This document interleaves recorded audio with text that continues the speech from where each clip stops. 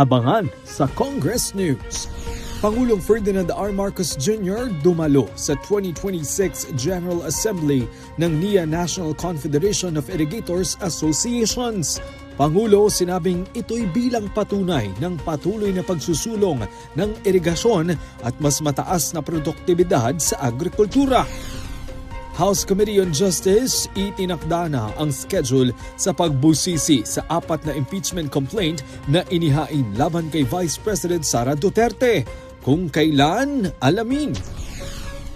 Panukalang inihain ni Leyte 1st District Martin Romualdez at House Majority Leader Sandro Marcos na layong mapaigting ang financial education awareness ng ating magigiting na OFW, aprobado na sa House Committee on Overseas Workers Affairs.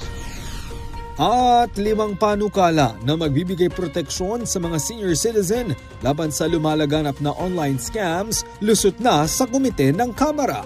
Tutukan lahat ng yan mamayang alas 5:30 ng hapon dito lang sa Congress TV at IBC.